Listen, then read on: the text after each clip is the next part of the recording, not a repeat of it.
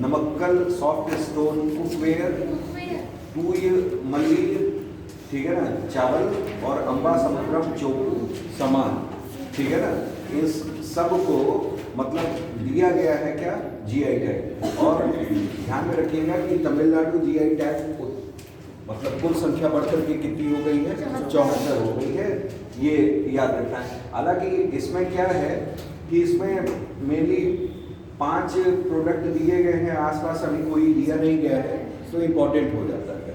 और इकट्ठे जहाँ ज़्यादा दे देता है ना, तो वहाँ फिर दिक्कत होने लगती है याद करने में, ठीक है ना। तो अभी इधर 5 लिया गया है, तो इन 5 के नाम याद रखिएगा, बस बैठाना रहता है मन में कि कहाँ का क्या इम्पोर्टेंट है, ठीक है ना, ठीक है, ये चीज़ें। अब इन सब के बारे में डिटेल दिया हुआ है, इसे आप पढ़िएगा, ठीक है ना, उसे नाम केवल आपको याद रखना है, ठीक। अब इसमें आइए, भारत को हिंद महासागर में मिला दूसरा खनिज अन्वेषण अनुबंध, ठीक है ना, ये किसके द्वारा, पृथ्वी विज्ञान मंत्रालय और अंतर्राष्ट्रीय सी बेड अथॉरिटी के बीच 15 वर्ष का अनुबंध किया गया है, उसकी घोषणा की गई है, डिक्लेरेशन किया गया है, ठीक है ना, क्लियर। इसमें क्या है कि भारत ने हिंद महासागर में कार्लसबर्ग रिज, ठीक है ना, आपसे पूछा भी जाता है कार्लसबर्ग रिज कहाँ है, तो किसमें है, हिंद महासागर में। कई सारे रिज हैं जो आपके पूछे जाते हैं, ठीक है ना, वो कार्लसबर्ग रिज किसमें है, हिंद महासागर यानी इंडियन ओशन में है।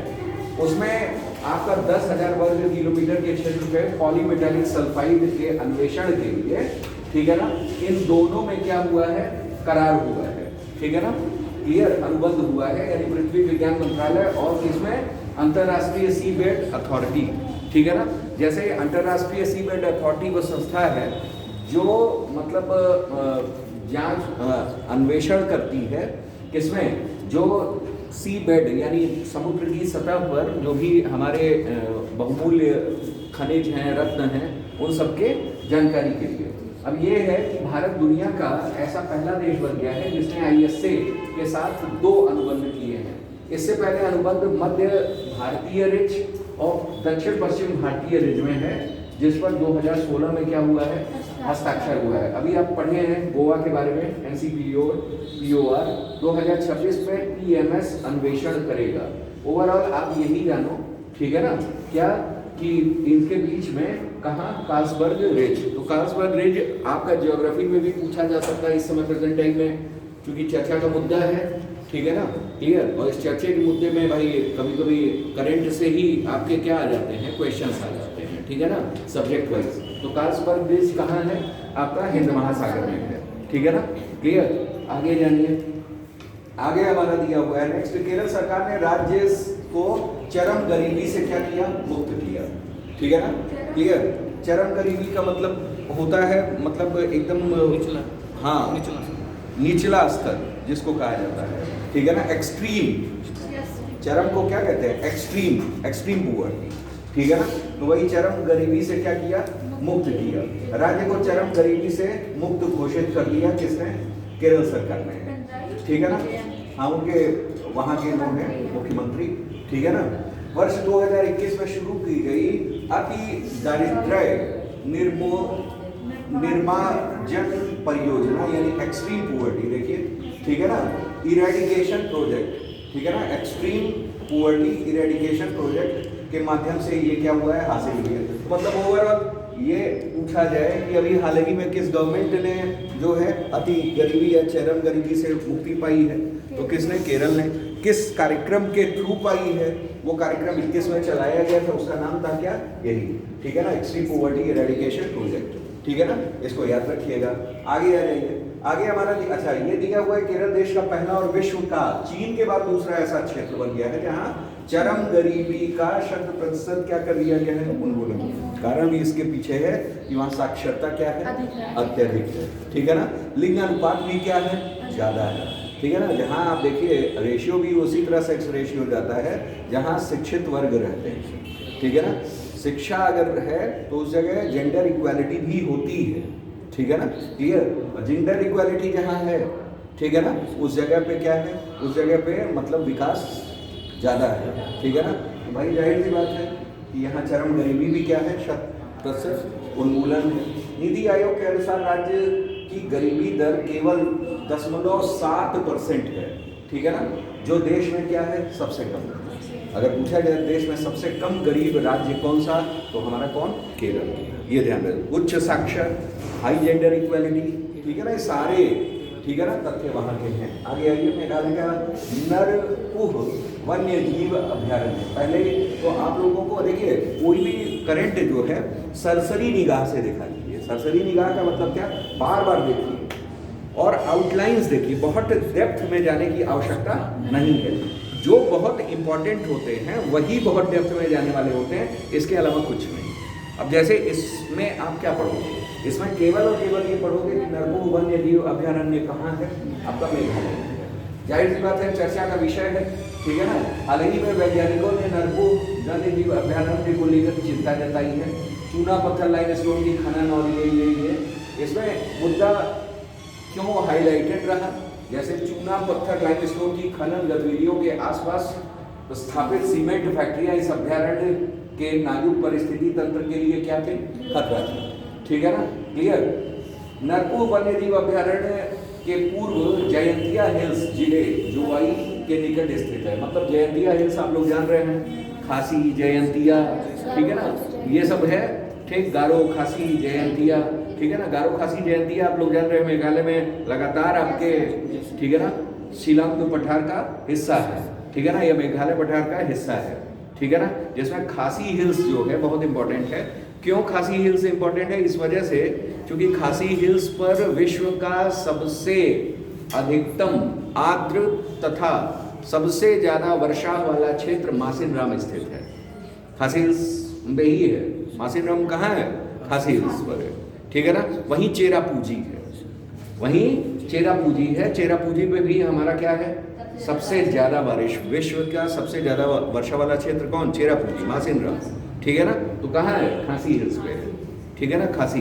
और खासी हिल्स कहाँ नाम है, वहाँ के जनजातियाँ ज्यादा खासती हैं, इस वजह से। हाँ हाँ, वहाँ खासी नाम की जनजातियाँ हैं, ठीक है ना, क्लियर।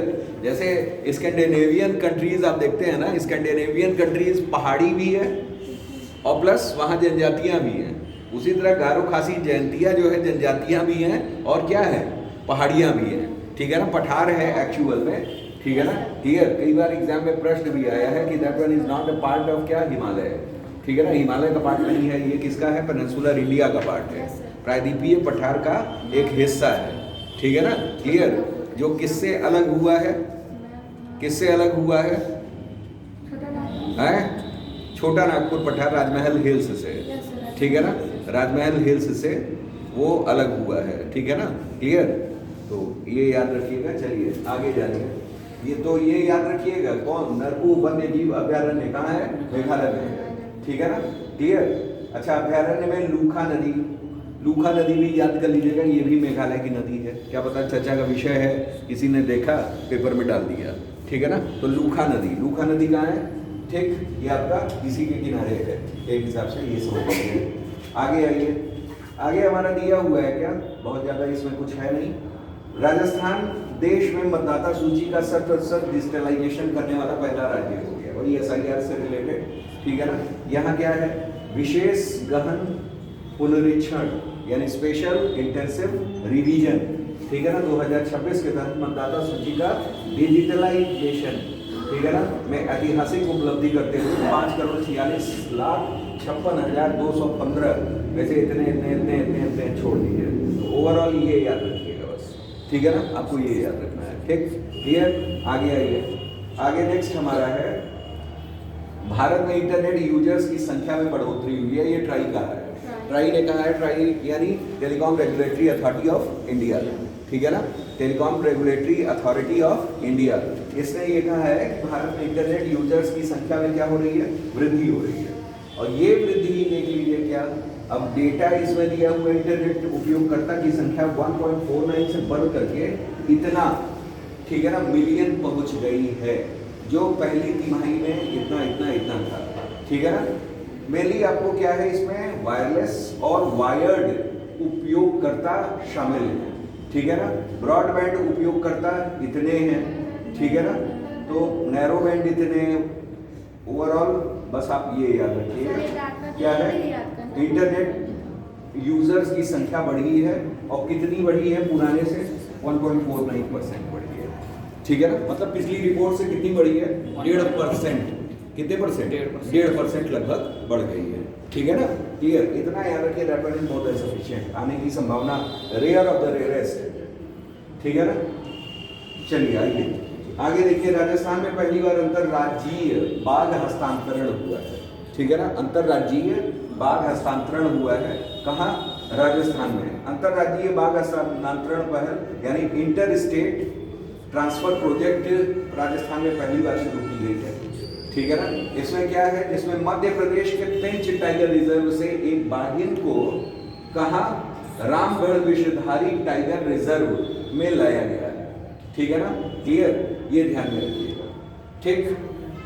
अब यहाँ क्या है, और लाया किसे क्या है, हवाई मार्ग से, ठीक है ना। क्लियर, तो ये है आपका क्या, और फिर उसके बाद ये है, यह पूरे भारत में इस तरह का दूसरा हस्तांतरण है। पहला जो है कान्हा टाइगर रिजर्व से एक नर और बाघावगढ़ पीआर से एक मादा को सतकोशिया उड़ीसा में स्थानांतरित किया गया है। तो मतलब ये इंटर स्टेट है, ठीक है ना। क्या है, इंटर स्टेट। इंटर स्टेट का मतलब क्या हुआ, एक से दूसरे राज्य में, ये हो गया आपका इंटर स्टेट, ठीक है ना। क्लियर, इसको हम लोग क्या कहते हैं, अंतर राज्यीय, ठीक है ना, अंतरराज्यीय ट्रांसफर प्रोजेक्ट। तो अभी कहां से कहां, पेंच से आपका राजस्थान में ले जाया गया है, रामगढ़ विषधारी टाइगर, ठीक है ना। ये ध्यान में रखिएगा, बस इतना याद रखिए। आगे आइए, भारत की पहली हाइड्रोजन संचालित ट्रेन संचालन के लिए तैयार। भारत की पहली हाइड्रोजन संचालित ट्रेन संचालन के लिए तैयार है। अब ये कहाँ बनी है ये जानिए। सबसे पहला आपका इंपॉर्टेंट क्वेश्चन क्या हो जाता है, कहाँ से, ठीक है ना। तो ट्रेन हरियाणा के जिंद सोनीपत मार्ग पे चलाया गया है, ठीक है ना। ये ध्यान में रखिएगा, ये भारत की पहली हाइड्रोजन समझ रहे हैं ना, ठीक है ना, जो स्वच्छ ऊर्जा का प्राथमिक स्रोत माना जाता है। पूछा जाता है स्वच्छ ऊर्जा का स्रोत कौन है, तो हाइड्रोजन है। अगर आपसे कई बार एग्जाम में प्रश्न आया है कि स्वच्छ ऊर्जा का स्रोत हाइड्रोजन है, ठीक है ना। क्लियर, तो ये ध्यान में रखिएगा कि भारतीय रेलवे ने अपनी पहली हाइड्रोजन संचालित ट्रेन चलाने की दिशा में तेजी से आगे बढ़ रही है। मतलब हाइड्रोजन, पहली हाइड्रोजन संचालित ट्रेन कौन सी है, ये हरियाणा के जिंद से सोनीपत मार्ग पर, ठीक है ना। ये ध्यान में रखिएगा, इंपॉर्टेंट प्रश्न बन जाता है, ठीक है ना। क्लियर, टेक्निक कौन सी है, इलेक्ट्रोलिसिस टेक्निक है, ठीक है ना। विद्युत अपघटन, विद्युत अपघटन, इलेक्ट्रोलिसिस को हम लोग क्या कहते हैं, विद्युत अपघटन, ठीक है ना। क्लियर, ये याद रखिएगा। फिर यहाँ दिया हुआ है आपका, और तो कुछ है नहीं इसमें, ठीक है ना। कोच वोच नहीं याद करना है कि कोच कितना है ये, ठीक है ना। कोच आपको वही याद रखना था, ठीक है ना, रुद्रास्त्र में जो 4.5 किलोमीटर लंबी ट्रेन थी, ठीक है ना। 359 क्या थे, 354, ठीक है ना। हाँ, ठीक। तो ओवरऑल क्या, इतने वो आपको याद रखना है, बस बहुत ज़्यादा नहीं, ठीक है ना। तो भारत का पहला इंक्यूबेटर आधारित deep tech venture capital fund launch किया गया है, ठीक है ना। पहला इंक्यूबेटर आधारित deep tech venture capital fund IIT Bombay की society for innovation of entrepreneurship को लॉन्च किया गया, मतलब इतने को लॉन्च किया गया, ठीक है ना। इस फंड का नाम Y point venture capital fund है और फंड का कुल कोष 250 करोड़ रुपए है, ठीक है ना। क्लियर, और भारत के डीप टेक स्टार्टअप को उनके शुरुआती चरण में महत्वपूर्ण जोखिम पूंजी उपलब्ध कराना है। तो ओवरऑल आप ये याद रखना कि भारत का पहला इंक्यूबेटर आधारित deep tech venture capital fund launch कहाँ हुआ है, तो आईआईटी मुंबई के, ठीक है ना, एक सोसाइटी है, ठीक है ना, society for innovation end fund entrepreneurship द्वारा। बस इससे ज़्यादा नहीं याद रखिएगा, ठीक है ना। क्लियर, आगे इसमें है भारत में परमाणु ऊर्जा उत्पादन अब तक के सर्वोच्च स्तर पर, ठीक है ना, अब तक के सर्वोच्च स्तर पर। यहाँ परमाणु ऊर्जा उत्पादन की बात की गई है, ठीक है ना। क्लियर, इसमें भारत में परमाणु ऊर्जा जो है उत्पादन अब तक के सर्वोच्च स्तर पे आया है क्या कि 31 मार्च 2026 तक मौजूदा ठीक 8780 मेगावाट से बढ़ करके कितना हो जाने की संभावना है, वो 9480 मेगावाट हो जाने की संभावना है। ठीक है ना, क्लियर। और ये देखिए लक्ष्य दिया हुआ है कि 21880 कब तक हो जाएगा, 2032 तक, और 30 तक कितना हो जाएगा, 13800 ठीक है ना, क्लियर। ये ध्यान में रखिएगा।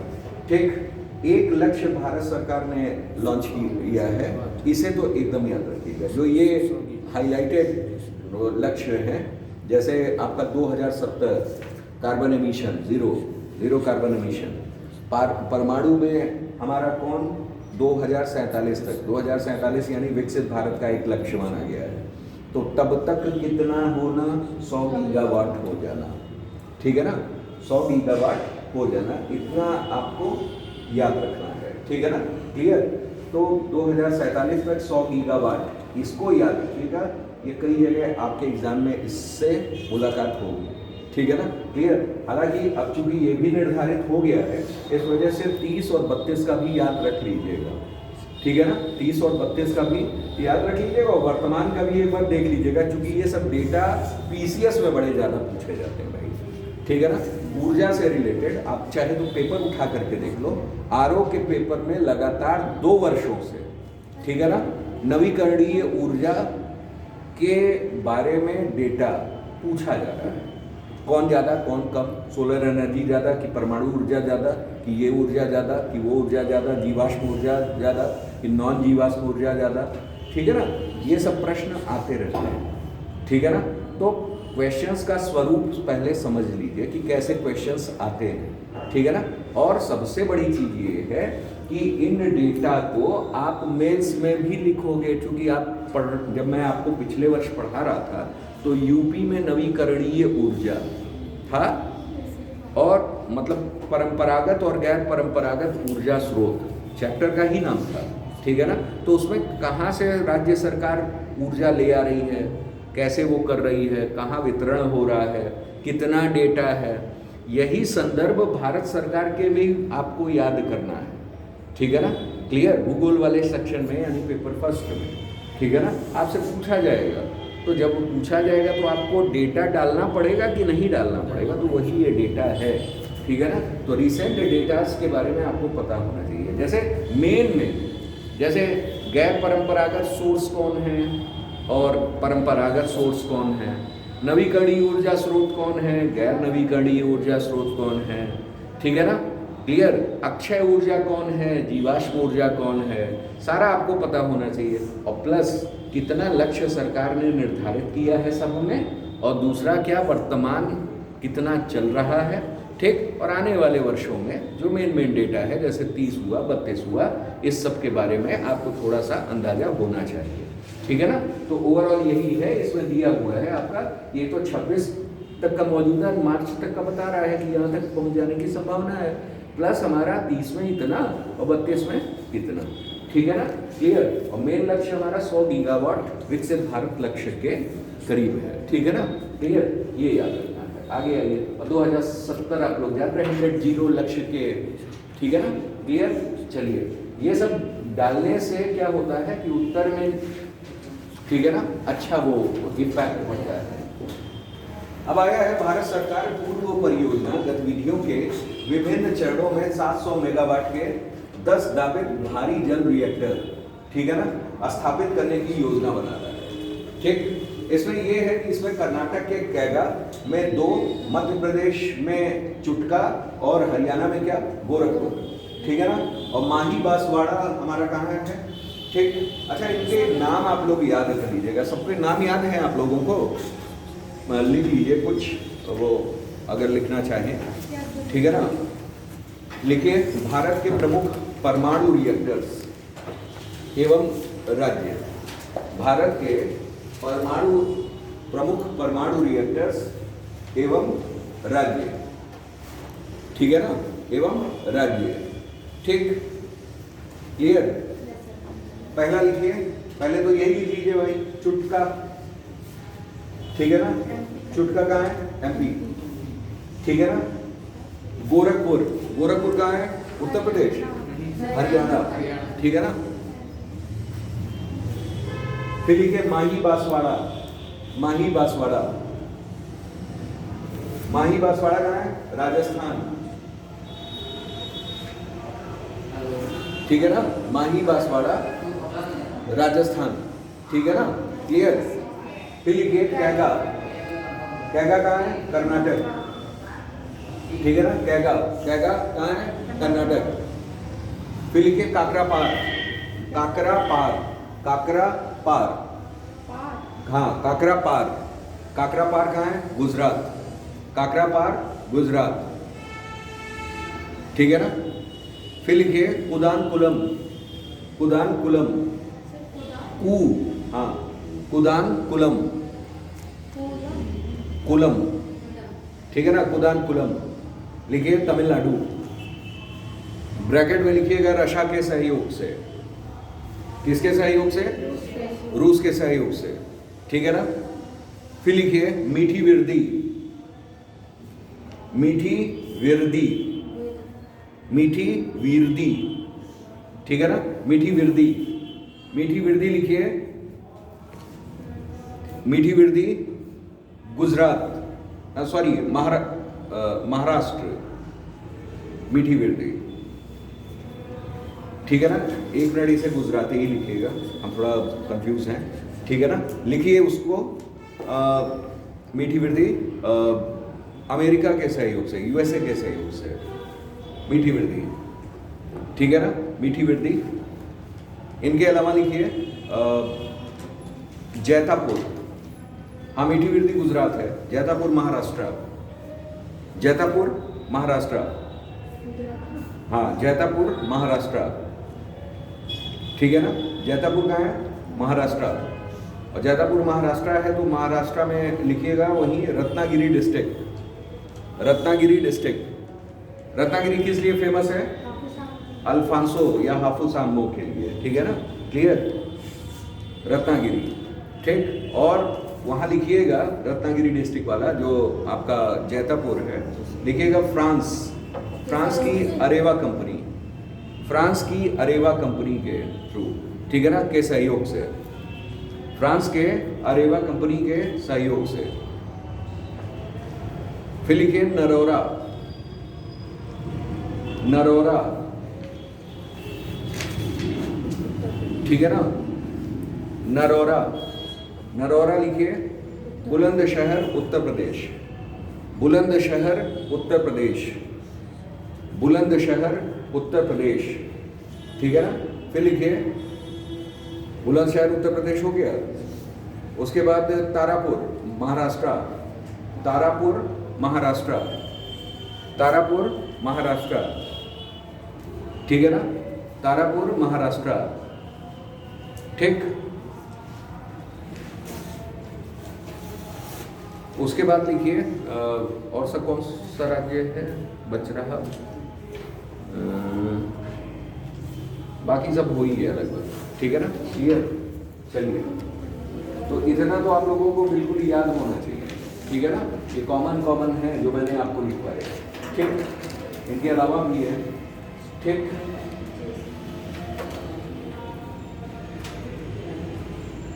रावत भाटा लिख लीजिए, रावत भाटा राजस्थान, रावत भाटा राजस्थान, राजस्थान में एक और है कौन?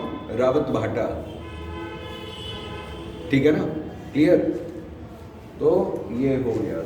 आगे आइए, अब देखिए भारत, देखिए दिया हुआ है क्या, भारत का शीत मरुस्थल जीव मंडल रिजर्व यूनेस्को के विश्व नेटवर्क में क्या हो गया है? शामिल हो गया है, ठीक है ना, क्लियर। भारत का शीत मरुस्थल, ठीक, लद्दाख, ठीक है ना, क्लियर।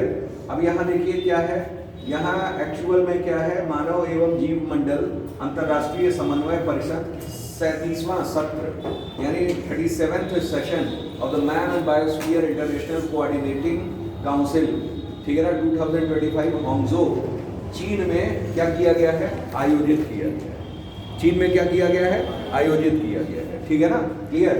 अब इसमें क्या है, इसमें दिया हुआ है क्या कि इस बैठक में 21 देशों के 26 स्थलों को संरक्षित जैव मंडलों के वैश्विक नेटवर्क में शामिल करने की क्या की गई है, घोषणा की गई है, ठीक है ना, क्लियर।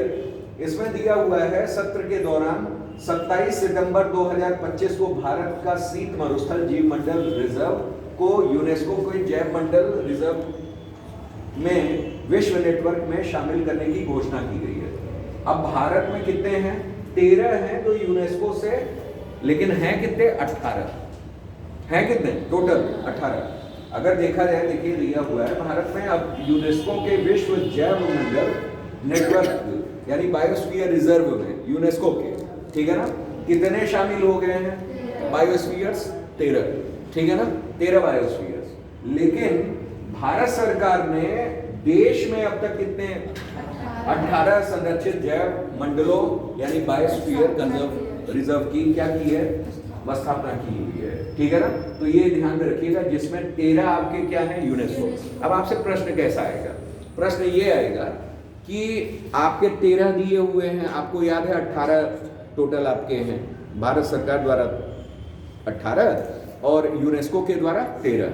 अब आपसे इनमें से दे दिया जाएगा और पूछ दिया जाएगा, 4 दिया, उनमें से एक क्या कर दिया कि यूनेस्को द्वारा अधिसूचित नहीं है, ठीक है ना। तो वो आपसे पूछ लेगा कि निम्नलिखित में से यूनेस्को के बायोमंडल रिजर्व में शामिल नहीं है कौन, तो आपको वो पता होना चाहिए, ठीक है ना। प्रश्न ऐसे ही आते हैं, ठीक है ना। पहले तो आपसे ये पूछेगा कि निम्नलिखित में से कौन है।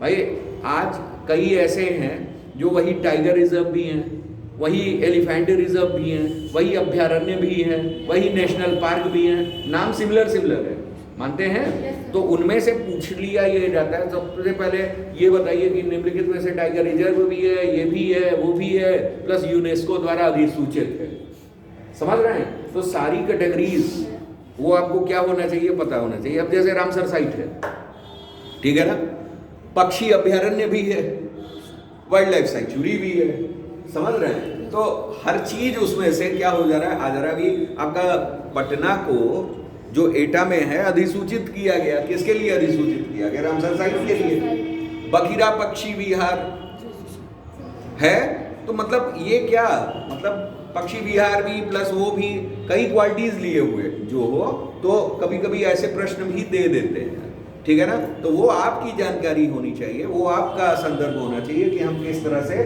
उनको तैयार रखते हैं। अब ये जो हुआ है शीत मरुस्थल यानी कोल्ड डेजर्ट, ये कहाँ है, आपके हिमाचल प्रदेश के लाहौल स्पीति जिले में है, ये ध्यान में रखिएगा, ठीक है ना। कहाँ है, हिमाचल प्रदेश के लाहौल स्पीति, ठीक है ना, लाहौल स्पीति क्षेत्र है, ठीक है ना, क्लियर, घाटी है, ठीक उसी में ये स्थित है, ठीक है ना।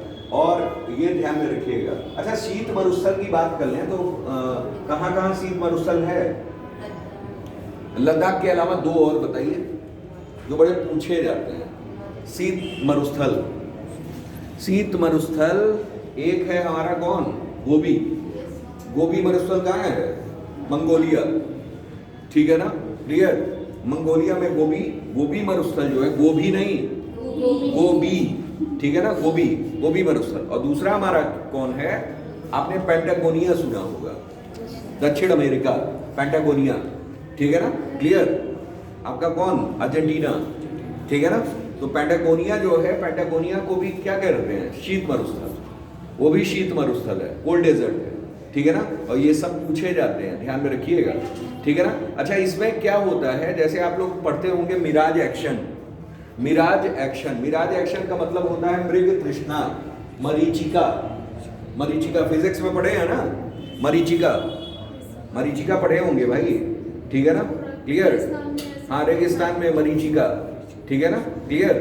तो मरीचिका जो होता है वही सेम चीज कोल्ड डेजर्ट में आपकी कहलाती है लूमिंग। क्या कहलाती है, लूमिंग इफेक्ट। तो एक बार परीक्षा में पूछा भी गया कि लूमिंग इफेक्ट, ठीक है ना, looming effect mostly found in, ठीक है ना। अब वहां ऑप्शन था क्या, समुद्रों पे, भाई समुद्रों पे तो पाई नहीं जाएगी, ठीक है ना, लूमिंग इफेक्ट। फिर कोल्ड डेजर्ट, ठीक, वार्म डेजर्ट, ठीक, और फिर दिया हुआ था प्लेन्स, ठीक है ना, तो उस जगह डेजर्ट्स में ही लूमिंग होता है या आपका कहाँ माइरेज एक्शन, लेकिन दोनों में डिफरेंस है कि माइरेज एक्शन ऑलवेज इन कहाँ, वार्म डेजर्ट, ये वार्म डेजर्ट में होगा, और लूमिंग एक्शन जो हमारा होता है, looming action is always in cold desert, ये कोल्ड डेजर्ट में है, ये ध्यान में रखिएगा, ठीक है ना, क्लियर। ऐसे ही जैसे एल्बिडो इफेक्ट होता है, एल्बिडो इफेक्ट सुने हैं कि नहीं सुने हैं ज्योग्राफी में, एल्बिडो इफेक्ट पूछा जाता है, albedo effect where it is most, कहाँ मोस्टली फाउंड, कहाँ पाया जाएगा, तो एल्बिडो इफेक्ट का मतलब क्या, ये गुण है किसका, परावर्तन का, रिफ्लेक्शन का, ठीक है ना, क्लियर। सबसे ज्यादा परावर्तित किरणें कहाँ होंगी सूर्य की, पोलर रीजन्स में।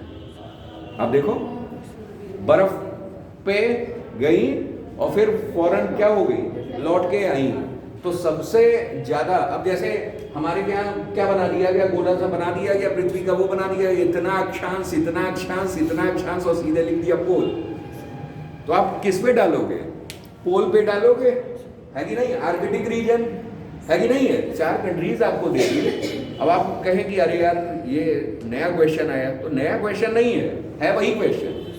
आप उस जगह देखो सबसे ज्यादा बर्फ कहाँ पाई जा रही है, जहां पाई जाएगी, ठीक है ना, तो उन जगहों पे क्या होगा, एल्बिडो इफेक्ट्स ज्यादा होंगे, पोल्स पे ज्यादा होंगे, चाहे वो उधर हो चाहे इधर हो, ठीक है ना। सन रेज जाएंगी और फाइनली वो क्या करेंगी, रिफ्लेक्ट करेंगी, और तो यही तो एल्बिडो है, इसी को एल्बिडो कह रहे हैं, एल्बिडो एक्शन कह रहे हैं, ठीक है ना, क्लियर। तो ओवरऑल क्या, सिमिलरिटी विथ रिफ्लेक्शन प्रोसेस, इसका सिमिलरिटी किससे है, रिफ्लेक्शन प्रोसेस से। तो आपसे यही पूछ देंगे, 4 देश दे दिया, और भाई सबको पता है, इसी वजह से मैप बहुत आवश्यक है, ठीक है ना, मैप पे सबसे ज्यादा वर्क कीजिए, मैप पे किए रहेंगे तो चीजें पूछ भी देंगी उसी हिसाब से। जैसे एक प्रश्न और आता है, साइंस में आता है, साइंस में आता है कि ये बताइए कि जैसे हम लोग एक क्वेश्चन है कि आरबीसी पे, जैसे आरबीसी क्या होता है, आरबीसी काउंट की बात होती है, ठीक है ना, जैसे जैसे हम लोग एल्टीट्यूड्स पर जाते हैं, किस पे जाते हैं, एल्टीट्यूड्स पे जाते हैं। एल्टीट्यूड्स का मतलब क्या, ऊंचाइयों पे, एल्टीट्यूड का मतलब क्या, ऊंचाई।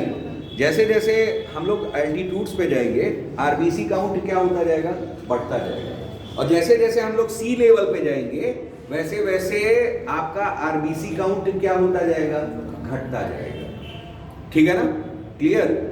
केरल आप देख लीजिए सी लेवल के करीब है, तो वो क्या है, वहाँ आरबीसी काउंट भी क्या है, कम है। आप नेपाल चले गए, आरबीसी काउंट क्या है, भाई एल्टीट्यूड है ना, एल्टीट्यूड है, एल्टीट्यूड पे आरबीसी काउंट ज़्यादा है, और फाइनली वहाँ आप देखिए गोरे गोरे लोग, ठीक है ना, है कि नहीं है, ठीक। तो ओवरऑल आरबीसी काउंट उसी हिसाब से होता है। तो जैसे जैसे गोज ऑन एल्टीट्यूड, ठीक है ना, आरबीसी काउंट गोज इंक्रीजेस, ठीक है ना, क्लियर, बढ़ता जाएगा, धीरे धीरे बढ़ता जाएगा।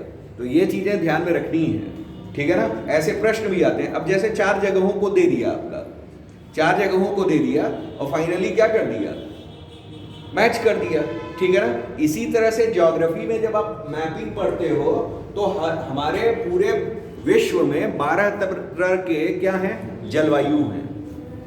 How many types of climate in present in world, कितना, 12 प्रकार की, 12 प्रकार की जलवायु हैं, और हर जगह की हर मतलब उस पर अलग अलग वनस्पतियां हैं, ठीक है ना, जो उनके कैरेक्टरिस्टिक को डिफाइन करती हैं।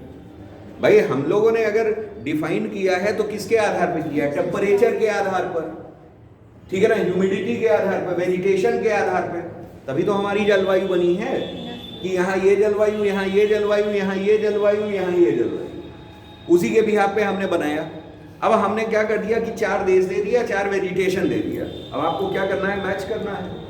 तो आपको जब आप पढ़े रहोगे तो आपको पता रहेगा कि इस तरह की जलवायु है, और इस जलवायु में ये वेजिटेशन पाई जाती है, ये इस तरह की मृदा पाई जाती है, और फाइनली यही होगा आंसर, ठीक है ना। तो आप लगा लोगे।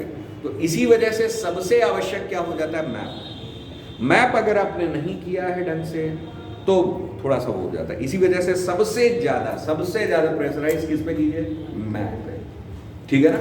मैप बैठिए, 2 दिन बैठिए, 4 दिन बैठिए, 8 दिन बैठिए, 10 दिन बैठिए, लेकिन बैठिए और मैप पे प्रॉपर उसमें मार्किंग कीजिए कि यहाँ ये जलवायु, यहाँ ये देश है, यहाँ इस अक्षांश पे ये है, इस जगह ये विषमता पाई जा रही है, ये ठीक है ना। तो क्या क्या फैक्टर्स हैं, सारी चीज़ें, ठीक है ना, वो आपको पढ़ना पड़ेगा, ठीक है ना। और आईएएस पूरा आप देखिए पेपर पटा रहता है इस सब चीज़ों से, ठीक है ना, क्लियर। वैसे आप भाई स्टेट पीसीएस है उसमें रट के निकल सकते हैं, चलिए, लेकिन कहाँ तक रटेंगे, कहाँ तक रटेंगे जब तक समझे ना। और मैप एक बार समझ लिया तो मतलब समझिए कि आपका पूरा क्या है, हर चीज़ समझा हुआ है उस तरीके से। तो ये चीज़ें ध्यान में रखिएगा, ठीक है ना, क्लियर। चलिए आगे आते हैं। आगे दिया हुआ हमारा क्या, तो भारत का शीत मरुस्थल जीव मंडल रिजर्व यूनेस्को के विश्व नेटवर्क में क्या हो गया है, शामिल हो गया, ठीक है ना, क्लियर। ये ध्यान में रखिएगा। आगे आइए, ठीक। उसके बाद हमारा है, ये देख लीजिए 12 जैव आरक्षित हैं, इन्हें याद कर लीजिएगा, इन्हें याद कर लीजिएगा, इससे भेंट वार्ता हो जाएगी। जैसे सिमलीपाल है उड़ीसा में, नोक्रिक है मेघालय, पंचमढ़ी कहाँ है मध्य प्रदेश में, पंचगनी कहाँ है, पंचमढ़ी तो यहाँ है, पंचगनी कहाँ है, पंचगनी कहाँ है, पंचगनी महाराष्ट्र में है, ठीक है ना, वो भी पहाड़ी क्षेत्र है पंचगनी, ठीक है ना, ये ध्यान में रखिएगा, सब पूछे जाते हैं, पंचगनी भी पूछा गया है, ठीक है ना। नीलगिरी, नीलगिरी जो है तमिलनाडु, केरल और कर्नाटक, ठीक है ना, 3 राज्यों में है नीलगिरी, ठीक है ना। और नीलगिरी नाम क्यों पड़ा है, नीलगिरी पर्वत का नाम नीलगिरी क्यों पड़ा है, बताइए भाई। पूछते हैं तो आप लोग गायब रहते हैं एकदम से, ब्लैंक ब्लैंक ब्लैंक, ठीक है सर। वहाँ पे नील कुरिंजी नाम का कोई, गुड, वेरी गुड, ठीक है ना, ये पढ़ रही है, इसको पता है, ये अक्सर बोलती भी है, ठीक है ना। हाँ, नील कुरिंजी फूल होता है भाई, ठीक है ना, नीलगिरी है। इसी तरह एक ब्लू माउंटेन्स पाया जाता है नीलगिरी, जिसको कहा जाता है ऑस्ट्रेलिया में, काहे, वहाँ यूकेलिप्टस का फूल होता है, उससे जो वो निकल रहा है तो पूरा माउंटेन ब्लू दिखता है उसके फूलों की वजह से, तो क्या हो गया, वो भी एक ब्लू माउंटेन है वहाँ, ठीक है ना, क्लियर। तो ये सब चीज़ें हैं। आगे आइए, फिर उसके बाद हमारा क्या है, मन्नार की खाड़ी, सुंदरबन, नंदा देवी, अचानक मार्ग, अमरकंटक, ग्रेट निकोबार, ठीक है ना, अगस्त मलाई, खंगचेनजुंगा, ठीक है ना, सिक्किम में है, ये ध्यान में रखिएगा, इंपॉर्टेंट है, और पन्ना, ठीक है ना, मध्य प्रदेश। अब आइए, लॉकहीड और टाटा समूह ने भारत में C-130J विमानों के लिए MRO सुविधा लॉन्च की। अभी ये विमान जो है बड़ा चर्चा में रहा था, 2 जगह चर्चा में रहा था, दोनों मैंने पढ़ाया था आपको।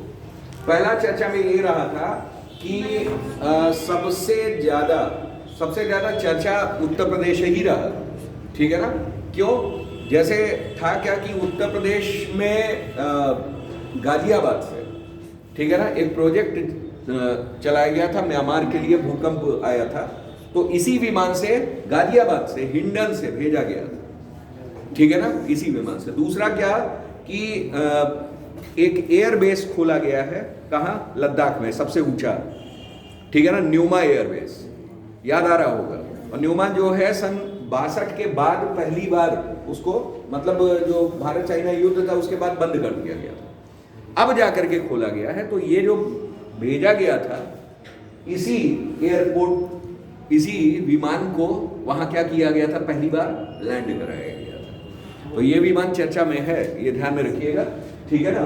तो लॉकहीड और टाटा समूह ने भारत में C-130J विमानों के लिए MRO सुविधा लॉन्च की है, ठीक है ना। टाटा एडवांस सिस्टम लिमिटेड और लॉकहीड मार्टिन ने बंगलुरु में, ठीक है ना, C-130J सुपर हरक्यूलिस विमान के लिए अत्याधुनिक मेंटेनेंस, रिपेयर और ओवरहॉल, ठीक है ना। MRO का मतलब समझ गए, ठीक है ना, M का मतलब मेंटेनेंस, R का मतलब रिपेयर और O का मतलब ओवरहॉल, ठीक है ना, क्लियर। हालांकि आपको बहुत ज्यादा नहीं याद रखना है, मेन आपको यही याद रखना है, ठीक, क्या कि कहाँ, किस जगह ये सुविधा की शुरुआत की गई, कहाँ, बंगलुरु में, ठीक है ना, क्लियर। आगे आइए, आगे है ये सुपर हरक्यूलिस, एक बहुउद्देशीय 4 इंजन वाला टर्बो प्रॉप सैन्य परिवहन विमान है, ठीक है ना।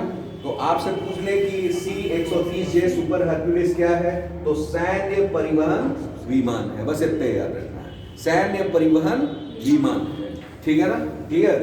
और जो दुनिया भर में टैक्टिकल एयरलिफ्ट मिशनों के लिए क्या है, उपयोग किया जाता है, ये ध्यान रखिएगा, ठीक है ना। आगे अब देखिए नीचे दिया भी हुआ है कि लद्दाख और उत्तर पूर्व जैसे कठिन इलाकों में भी इसकी उच्च ऊंचाई क्षमता, इसी वजह से सबसे ऊंचा जो हमारा न्योमा एयरबेस है लद्दाख में, वहां इसको भेजा गया। क्यों? क्योंकि इसकी क्षमता ही क्या है, उच्च जाने की, ठीक है ना, क्लियर।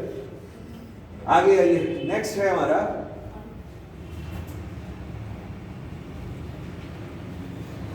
बाकी ऐसे ही है, आ जाइए ज्ञान भारतम पोर्टल, ये आप लोग जान रहे हैं, पढ़ चुके हैं ज्ञान भारतम पोर्टल, ठीक है ना। संस्कृति मंत्रालय ने इसे चलाया था, और क्या जितनी भी पांडुलिपियां हैं, अमूल्य पांडुलिपियां विरासत, उनको हम लोग क्या करेंगे, संरक्षित करेंगे, उनका दस्तावेजीकरण करेंगे, फिर डिजिटलाइज करेंगे, ठीक है ना, जिससे कि आने वाली भावी पीढ़ियां क्या कर सकें, उसको मतलब जान सकें कि ये सब हमारे देश में थी, ठीक है ना। चलिए आगे आते हैं, अगला हमारा दिया हुआ है अर्थ समिट 2025 में सहकारिता के नए डिजिटल युग की शुरुआत की गई है, ठीक है ना। अर्थ समिट 2025, पहले तो आपको ये याद रखना है कि ये जैसे सहकारिता मंत्रालय किसके अधीन है भाई, कौन है मंत्री इनके, अमित शाह जी, ठीक है ना। और गांधीनगर में क्या हुआ है, अर्थ समिट हुआ है, ठीक है ना। गांधीनगर में क्या हुआ है, अर्थ समिट, ये इंपॉर्टेंट है, ये ध्यान रखिएगा। अर्थ समिट अभी कहाँ हुआ है, गांधीनगर में, ठीक है ना। और उन्होंने इसमें सहकार सारथी पहल के तहत 13 से अधिक नई डिजिटल सेवाओं और उत्पादों की शुरुआत की है, ठीक है ना, क्लियर। तो अर्थ समिट कहाँ, वहाँ सहकार सारथी नाबार्ड सहकारिता मंत्रालय की संयुक्त पहल है, इंपॉर्टेंट है, ये ध्यान में रखिएगा।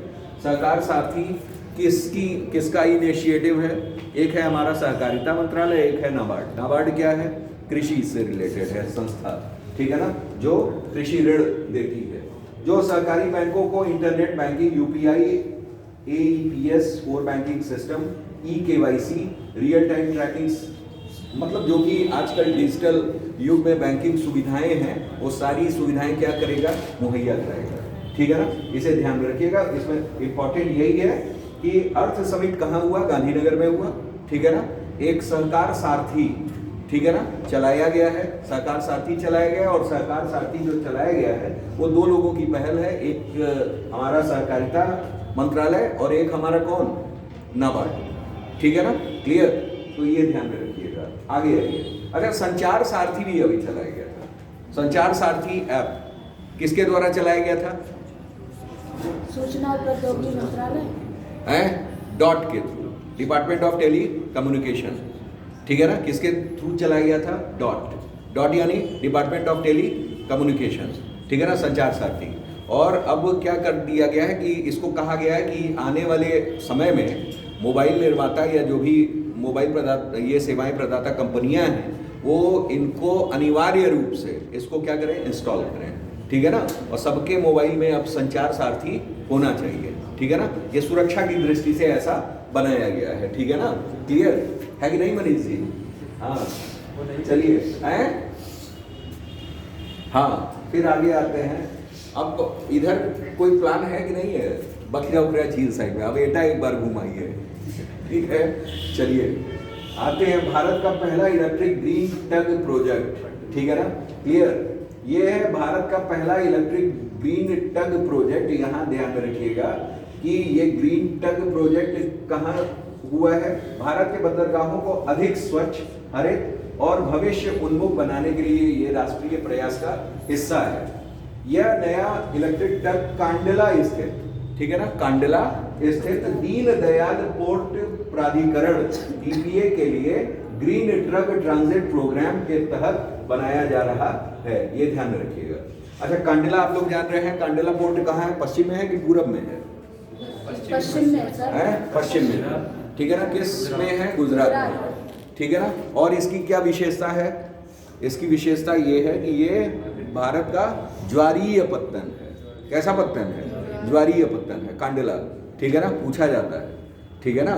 और 13 में से क्या है, प्रमुख है। 13 बंदरगाह जो प्रमुख बंदरगाह हैं उनमें से क्या है, ये एक है कांडला, ठीक है ना, ये ध्यान में रखिएगा, ठीक। तो इसी का नाम बदल दिया गया है, अब क्या कर दिया गया है, दीनदयाल पोर्ट कर दिया गया है, ठीक। तो उसी ने चलाया है ग्रीन टन ट्रांजिट प्रोग्राम, ये याद रखिएगा, पूछा जा सकता है। आगे आते हैं, अगला हमारा है, दिया हुआ है भारत के पहले कॉम्बैट ट्रेनिंग नोड के लिए मध्य प्रदेश में जेन टेक्नोलॉजी को अनुबंध मिला, ठीक है ना।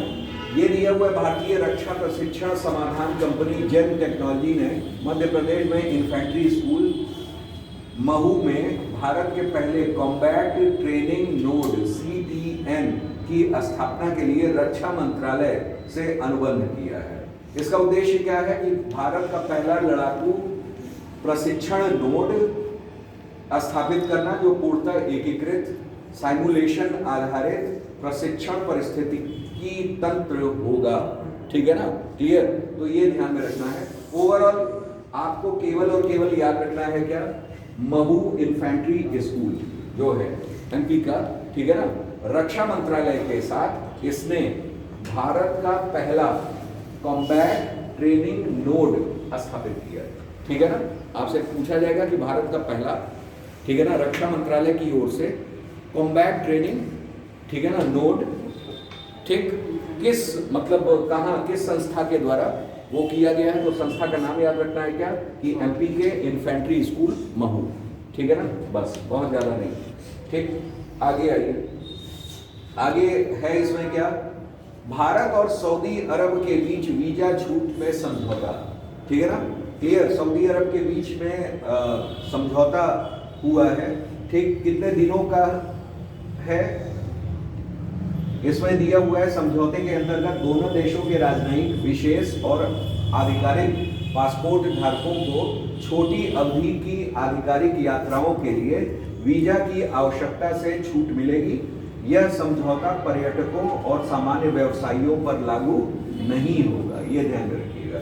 ये केवल और केवल किसके लिए है, जो राजनयिक हो गए, आधिकारिक यात्रा पे जा रहे हैं या समथिंग, उसके लिए वीजा फ्री रहेगा, ठीक है ना, वीजा की आवश्यकता नहीं पड़ेगी। हालांकि बहुत ज्यादा इंपॉर्टेंट नहीं है। आगे आइए, DRDO ने भारतीय सशस्त्र बलों को 7 स्वदेशी प्रौद्योगिकियां सौंपी, ठीक है ना, DRDO ने, ठीक है ना, DRDO ने भारतीय सशस्त्र बलों, ठीक है ना, 7 स्वदेशी प्रौद्योगिकियां सौंपी, ठीक है ना। अब कौन सी प्रौद्योगिकी है जान लीजिए, ठीक। इसमें कई सारी हैं, ठीक है ना, कई सारी टेक्निक हैं। अब जैसे एक है हमारा हाई वोल्टेज पावर सप्लाई, एक है टाइड इनिशिएटिव गैगवे, ठीक है ना। ये हालांकि बहुत ज़्यादा इंपॉर्टेंट नहीं है, छोड़ दीजिए। भारत सरकार ने अपनी वैश्विक रैंकिंग में सुधार के लिए GIRG प्लेटफॉर्म लॉन्च किया। GIRG प्लेटफॉर्म गिर्ग, ठीक है ना, प्लेटफॉर्म है। भारत सरकार ने वैश्विक प्रदर्शन सुधारने के उद्देश्य से GIRG global indices for reforms and growth platform launch किया है, ठीक है ना। इसके तहत भारत ने प्रदर्शन तुलना में 26 अंतर्राष्ट्रीय सूचकांकों से करेगा, ठीक है ना। उसके बाद ये भी छोड़ दीजिए, बहुत इंपॉर्टेंट नहीं है, ठीक है ना, क्लियर। हर न्यूज़ इंपॉर्टेंट नहीं होती है, ठीक। आगे आइए, सरकार ने संचार साथी, अभी हमने पूछा था आपसे, ठीक है ना, संचार साथी ऐप के प्री इंस्टॉलेशन की अनिवार्यता क्या की, हटाई, ठीक है ना। इन्होंने क्या कर दिया है, हटा दिया है अनिवार्यता, दिया हुआ है व्यापक विरोध के बाद, ठीक है ना, क्लियर। पहले तो इन्होंने क्या किया, डॉट ने, डिपार्टमेंट ऑफ टेलीकम्युनिकेशन ने क्या किया, लॉन्च किया कि अनिवार्यता की, किसके लिए, मतलब ठीक, सुरक्षा की दृष्टि से अनिवार्य किया। लेकिन अब क्या है, अब एक न्यूज़ आ रही है जो कि ये 3 दिसंबर की है। वो न्यूज़ कब की थी, पहले की थी, ठीक है ना। इसमें व्यापक विरोध के बाद नए और आयातित स्मार्टफोनों में संचार साथी ऐप को प्री इंस्टॉल करने की अनिवार्यता 3 दिसंबर को वापस ले ली गई, अनिवार्यता जो थी, ठीक है ना, नेसेसिटी। अब इससे क्या है, क्योंकि गोपनीयता, निगरानी की आशंकाओं और बिना पूर्व परामर्श नीति लागू करने को लेकर जनता, विशेषज्ञों और उद्योग जगत ने क्या की थी, कड़ी आपत्ति जताई थी, ठीक है ना। क्लियर भाई, जाहिर सी बात है सरकार का ये है संचार साथी C.DOT ने बनाया है, ठीक है ना। अब ये इंस्टॉलेशन वो पता चले सरकार आपके प्राइवेट डेटास को भी क्या कर रही है, हैक कर रही है, ऐसी आशंका जताई गई। निगरानी तंत्र मजबूत किया गया सरकार के द्वारा, सर्विलांस सिस्टम, तो सर्विलांस सिस्टम से भी खतरा है, ठीक है ना भाई। आपको अगर दी गई है अभिव्यक्ति की स्वतंत्रता, आपको जीवन की स्वतंत्रता, आपको प्राइवेसी, ठीक है ना, राइट टू प्राइवेसी, तो उसका क्या है, ये हनन है, ठीक है ना। तो इस सब को मद्देनजर रखते हुए फाइनली क्या है ये, अब देखिए DOT ने, ठीक है ना, DOT द्वारा, डिपार्टमेंट ऑफ टेलीकम्युनिकेशन द्वारा विकसित यह ऐप साइबर धोखाधड़ी के लिए बनाया गया था, मोबाइल चोरी के लिए बनाया गया था, फर्जी सिम उपयोग जैसे खतरों से निपटने के लिए बनाया गया था। अच्छा, सरकार द्वारा ये भी कही जा रही थी चीजें कि ऐसा कि आते ही तुरंत नंबर क्या होगा, फ्लैश होने लगेगा। अब कम से कम उन लोगों के लिए राहत है जो मिस कॉल देते थे, ठीक है ना, क्लियर। चलिए, तो उसमें क्या है भाई, ये सब करोड़ों रुपए की धोखाधड़ी हो रही थी, ठीक है ना। तो ओवरऑल ये चीजें हैं। और इस समय दूरसंचार मंत्री आपके कौन चल रहे हैं? हाँ, जो पूर्व में कौन से मंत्री थे? सिविल एविएशन, ठीक है ना, सिविल एविएशन। आगे आइए, तिरुवनंतपुरम में देश के पहले निजी नवाचार केंद्र ACEN, ठीक है ना, का शुभारंभ किया गया। प्रमुख V नारायण है, ठीक है ना। भारत के हाईटेक नेविगेशन तकनीक में आत्मनिर्भर बनाने की ओर ये क्या है, बड़ा कदम है, ठीक है ना, ये ध्यान में रखिएगा, इंपॉर्टेंट हो जाता है।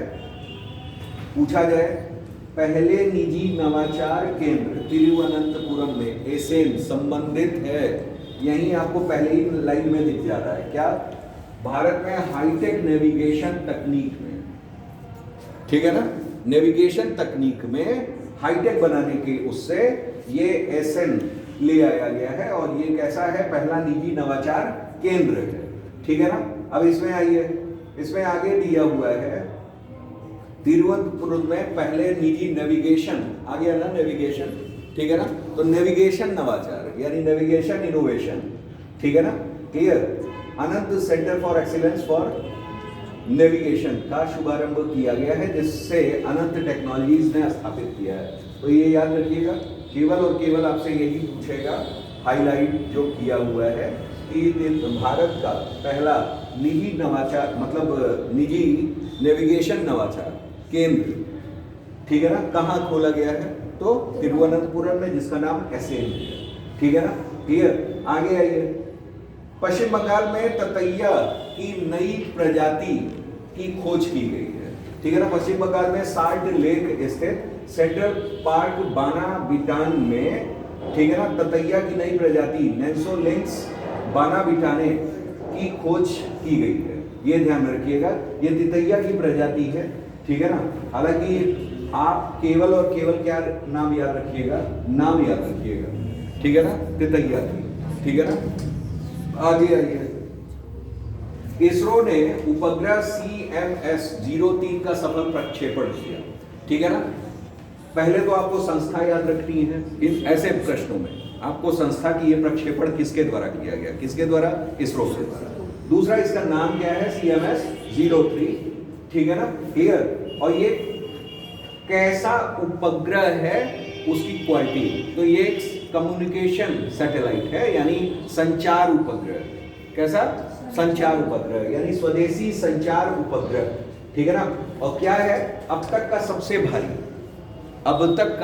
सबसे भारी स्वदेशी संचार उपग्रह है कौन, ये आपका CMS, ठीक है ना, CMS, ठीक है ना। CMS याद ही हो जाएगा, CMS सिटी मॉन्टेसरी स्कूल, ठीक, CMS, ठीक। तो CMS, हालांकि नाम दूसरा है इसका, ठीक है ना। GSAT 7R का सफल प्रक्षेपण श्रीहरिकोटा स्थित सतीश धवन प्रक्षेपण केंद्र से किया गया है। कहां से किया गया, सतीश धवन प्रक्षेपण केंद्र से, ये ध्यान में रखिएगा, ठीक है ना।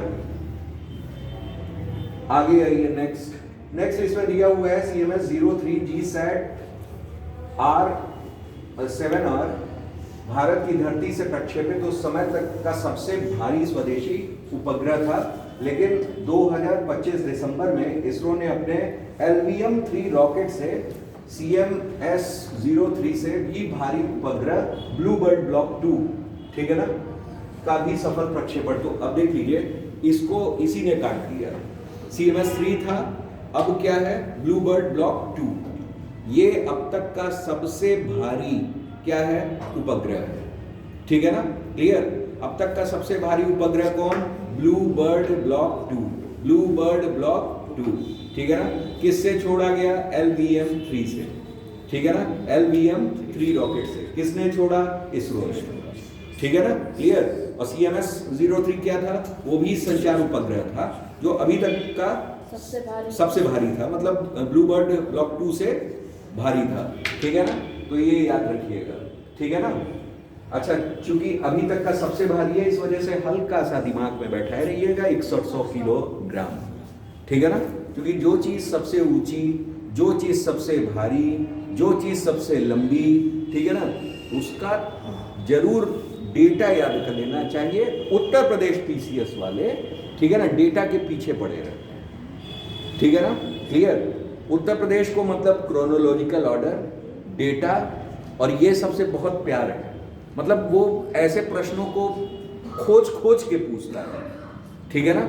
जहां बच्चों की नजर, अरे एक समय तो ऐसा था, आप 2013 से लेकर के 2017 तक के पेपर्स को उठा करके नजर खंगाल लो, जब आप प्रीवियस ईयर्स लगाओगे तो उसमें आपको खुद पता चल जाएगा कि उनको इतना प्यार हो गया था कि पहला तो इतना वो पूछ चुके थे कि दूसरा पूछने लगे थे कि बताओ भारत की दूसरी ये, ठीक है ना, भारत का सबसे, मतलब विश्व का भी, विश्व में दूसरे नंबर पे कौन है, ठीक है ना, ऊंचा कौन है, नीचा कौन है, लंबा कौन है, ये सब सारी चीजें समझ रहे हैं। तो उनको डेटा से बहुत प्यार है, ठीक है ना। हाँ, यूपी ट्रिपल एस की तरह UPPSC को, ठीक, हाँ भाई, चलिए आगे जान लीजिए, ठीक। दिया हुआ है GSAT-7R प्रक्षेपण देश का सबसे शक्तिशाली प्रक्षेपण वाहन, रॉकेट लॉन्च व्हीकल है। मार्क 3 के M5 मिशन LBM-3M5, जिसे geosynchronous satellite launch vehicle GSLV MK3 भी कहा जाता है, ठीक है ना। ये याद रखिएगा कि LBM-3M5 जो है, ठीक है ना, इसे क्या कहा जाता है, GSLV MK3 भी कहा जाता है, ठीक है ना। आगे आइए, भूस्थैतिक कक्षा जियोसिंक्रोनस ऑर्बिटल जो है में रहते हुए GSAT-7R ने 2013 में प्रक्षेपित GSAT-7 रुक्मणी उपग्रह का स्थान लिया। इसका कार्यकाल ये छोड़ दीजिए, फिलहाल में वो याद रखिएगा सबसे भारी, ठीक है ना। उतना डिटेल में जाने की आवश्यकता नहीं है, क्योंकि करंट पढ़ा जा रहा है, उसके बारे में देखिए डेप्थ में आप कभी भी पेपर उठा करके देखो। अब इधर थोड़ा सा चेंज करने लगे हैं, करंट में भी ऐसी ऐसी चीज़ें देने लगे हैं कि जैसा नहीं तो पहले अगर कोई भी इस तरह के प्रश्न आते थे, चाहे सैटेलाइट से रिलेटेड हो या कुछ भी इस तरह से, उसमें सीधा प्रश्न पूछते थे ये है क्या, तो आपको पता होना चाहिए था ये संचार उपग्रह है, ठीक है ना, क्योंकि लड़का उतने में ही फंस जाता था। ये एक्चुअल है क्या, ये संचार उपग्रह है कि पृथ्वी अवलोकन उपग्रह है, ठीक है ना, कई तरह के उपग्रह आते हैं, ठीक है ना, तो उसी में फंस जाता था लड़का, ठीक है ना, क्लियर। तो और हर वर्ष एक नहीं भाई, कम से कम 15 लॉन्च हो रहे हैं, 14 लॉन्च हो रहे हैं, किस को याद रखिएगा। कोई है सतह से सतह है, कोई सतह से वायु है, कोई वायु से वायु है, एयर टू एयर, समझ रहे हैं। तो हर तरह की क्वालिटी है सब में, ठीक है ना, तो सब याद कर पाना बड़ा मुश्किल हो जाता है एट द 11th आवर। आगे देखिए, जैसे दिया हुआ है जम्मू कश्मीर में एम्स विजयपुर परिसर में मध्य प्रदेश का पहला जेनजी पोस्ट ऑफिस खुला है, ठीक है ना, जेनजी, ठीक है ना। इस समय जेनजी बड़ा चर्चा में है, फिलहाल में इसे भी याद कर लीजिएगा, क्या, जम्मू कश्मीर में एम्स विजयपुर, ठीक है ना, विजयपुर में एम्स खुला है, वहां परिसर है में प्रदेश का पहला जेनजी पोस्ट ऑफिस, ठीक है ना।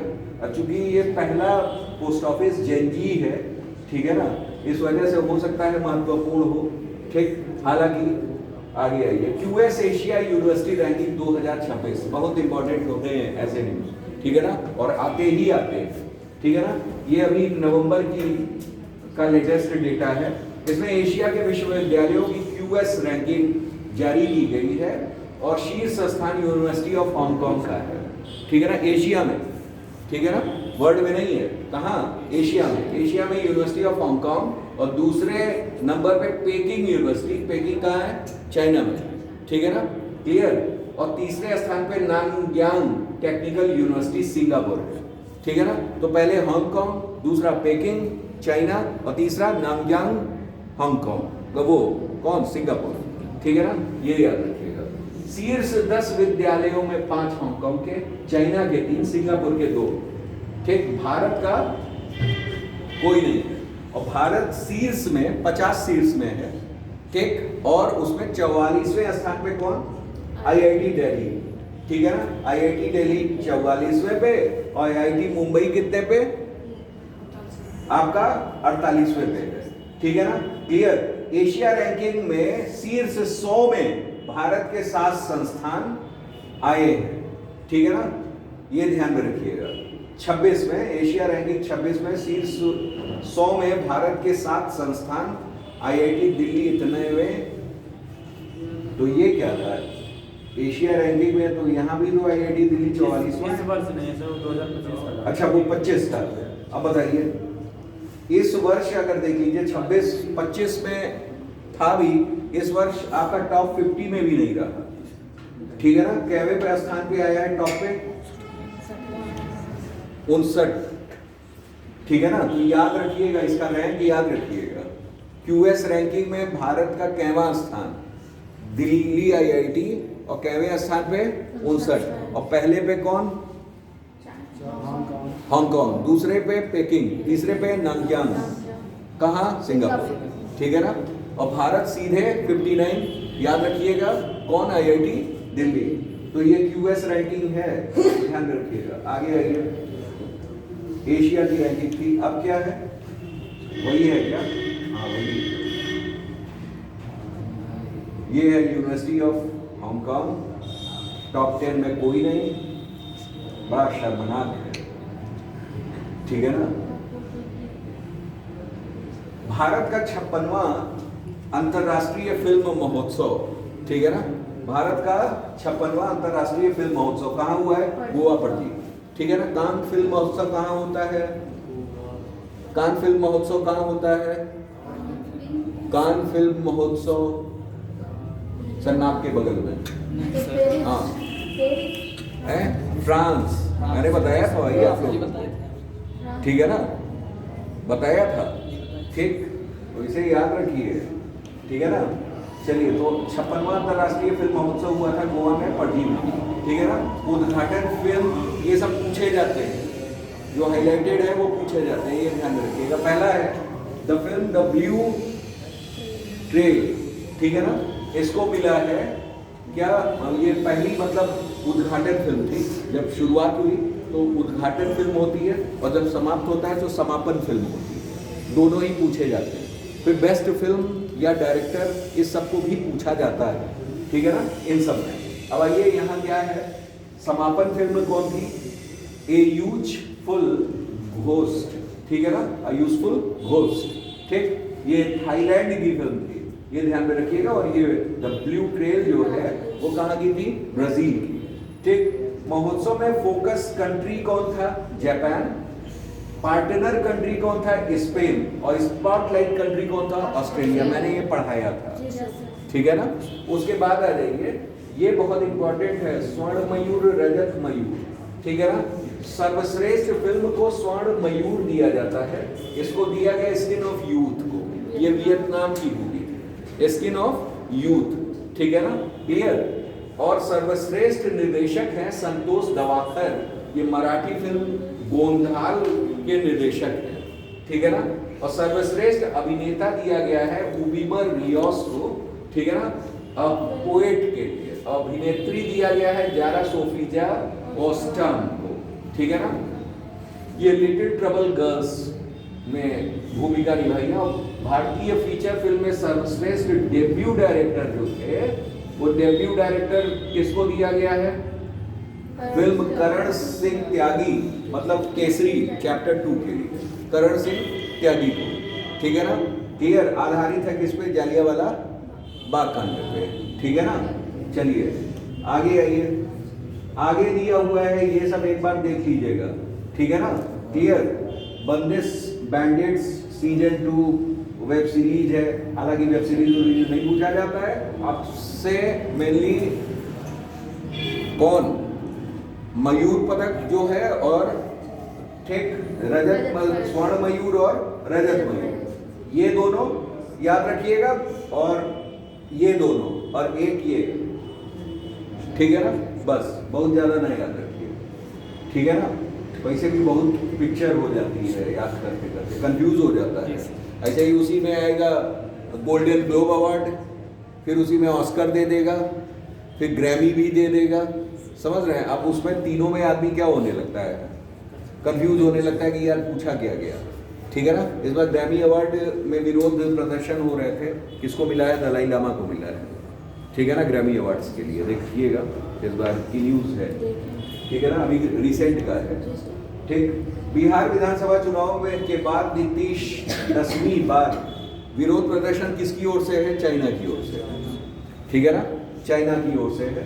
बिहार विधानसभा चुनाव के बाद नीतीश 10वीं बार राज्य के मुख्यमंत्री बने। सबसे पहली न्यूज क्या, 10वीं बार। एक बार ये प्रश्न आ चुका है जब 8वीं बार हुए थे, ठीक है ना, तो उसमें ये पूछा था कैवीं बार, ठीक, तो 8वीं बार।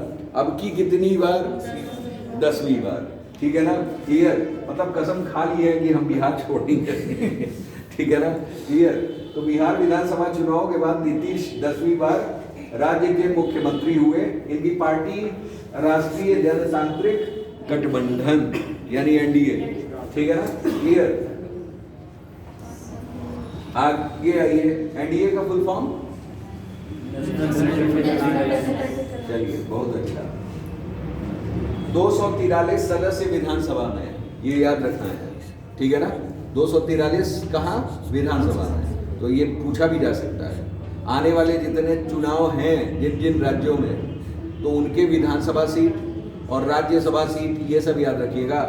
उत्तर प्रदेश लोक सेवा आयोग इधर कुछ सालों से राज्यसभा की सीट्स पूछ रहा है पेपर में, ठीक है ना, तो बहुत वाजिब है कि आपका क्या, विधानसभा भी पूछ ले, लोकसभा भी पूछ ले, ठीक है ना, क्लियर, ये ध्यान में रखिएगा। मतलब जो चीजें चल रही होती हैं उन्हीं के इर्द गिर्द आपके सब्जेक्टिव पेपर भी बन जाते हैं, ये ध्यान में रखिएगा, ये उसमें ना रहिएगा, समझ रहे हैं। जैसे जो संदर्भ चल रहा होता है वही संदर्भ आपके मेंस में भी दे देते हैं उठा करके, ठीक है ना, क्लियर। जैसे कोई नैतिक अनैतिक चीजों पे चल रहा है तो आपके इथिक्स के पेपर में डाल देते हैं। जो सोशल इशू है, कुछ भी चल रहा है तो वो आपके सोसाइटी में डाल देते हैं, ठीक है ना। कोई इंटरनेशनल रिलेशनशिप पे चल रहा है तो जाहिर सी बात है वो आपके इंटरनेशनल रिलेशनशिप पे चल जाता है, ठीक है ना।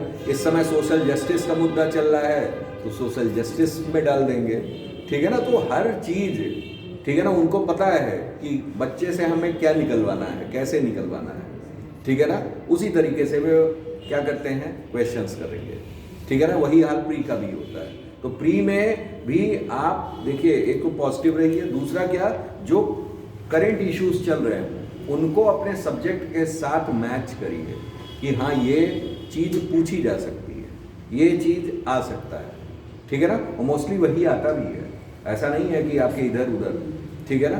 प्रीवियस ईयर क्वेश्चंस याद रहें और प्लस जो करंट इश्यूज चल रहे हैं उन्हीं के इर्द गिर्द करंट तो हमें याद ही रहे और प्लस ये चीज़ है, ठीक है ना। आगे आइए, अगला दिया हुआ है हमारा क्या कि सबसे कम 27 वोटों से विजय जनता दल के राधाचरण। हालांकि ये स्टेट पीएससीज के लिए इम्पोर्टेंट है कि वहाँ की स्टेट पीएससीज में ये सब ज़्यादा पूछा जाएगा, ठीक है ना, क्लियर। एक नज़र इसको भी देख लीजिएगा अगर बिहार से संबंधित आपका कोई भी एग्जाम हो तो, ठीक है ना। मुख्यमंत्री कौन रहे हैं, 2 हुए हैं उप मुख्यमंत्री, ठीक है ना। एक है हमारे सम्राट चौधरी और एक है हमारे कौन, विजय कुमार सिन्हा जी, ठीक है ना। मतलब 2 लोगों को इन्होंने बनाया है उप मुख्यमंत्री, ठीक है ना, ये ध्यान में रखिएगा। बिहार की नई पहल शुरू की गई है मुख्यमंत्री भारत दर्शन योजना, ठीक है ना।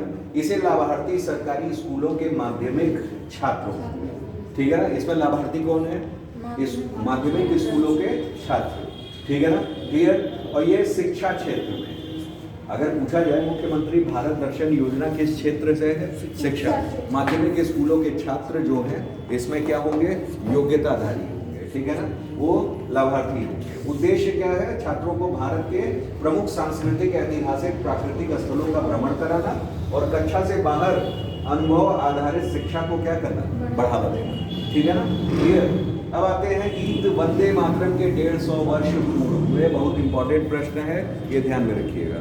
150 वर्ष इनके पूर्ण हुए हैं, ठीक है ना, और 150 वर्ष आर्य समाज के भी पूर्ण हुए हैं। कितने हुए हैं? 150 वर्ष आर्य समाज के। दयानंद सरस्वती के जन्म के 200 वर्ष पूर्ण हुए हैं, ठीक है ना, और आपके अहिल्याबाई होलकर के 300 वर्ष पूर्ण हुए हैं, और प्लस गुरु तेग बहादुर सिंह के 350 वर्ष पूर्ण हुए हैं, ठीक है ना। गुरु तेग बहादुर के कितने? 350 वर्ष पूर्ण हुए हैं, ठीक है ना, क्लियर। तो मतलब ये पॉइंट्स याद रखिएगा। इनके अलावा दिया हुआ है कि ये जो हमारा है उद्घाटन जो है प्रधानमंत्री मोदी जी ने, ठीक है ना, एक कार्यक्रम के थ्रू किया, ठीक है ना, और फिर उसके बाद इसमें ये दिया हुआ है, मैगजीन दी हुई है कि नहीं, कि सबसे पहले कहाँ वंदे मातरम गीत बंकिम चंद्र चटर्जी के चट्टोपाध्याय के 7 नवंबर, ठीक है ना, 7 ही नवंबर को क्या हुआ है? आपके 150 वर्ष पूर्ण हुए। और इसमें क्या है कि उपन्यास आनंद मठ 1882 के एक अंश के रूप में साहित्यिक पत्रिका बंग दर्शन में यह प्रकाशित हुई थी, ठीक है ना। बंग दर्शन एक पत्रिका प्रकाशित होती थी, ठीक है ना, उसी में ये हुआ था। कब? 7 नवंबर 1875, ठीक है ना, क्लियर। अक्षय नवमी का दिन था। अब पूछने वाले तो क्या भी पूछ सकते हैं, लेकिन वर्ष 1937 में कांग्रेस कार्य समिति द्वारा भारत के राष्ट्रीय गीत के रूप में इसे अपनाया गया। लेकिन 1886 में गुरुदेव रविंद्रनाथ टैगोर द्वारा कांग्रेस के कलकत्ता अधिवेशन में वंदे मातरम को क्या किया गया? गाया गया, ठीक है ना, 1896, ठीक है ना, ये ध्यान में रखिएगा। उस समय याद रख लीजिएगा कि 1896 में कांग्रेस का अध्यक्ष कौन था, ठीक है ना, क्लियर। और ये सब चीजें याद रखिएगा। खैर चलिए थोड़ा सा ब्रेक देते हैं, उसके बाद फिर स्टडी करते हैं, ठीक।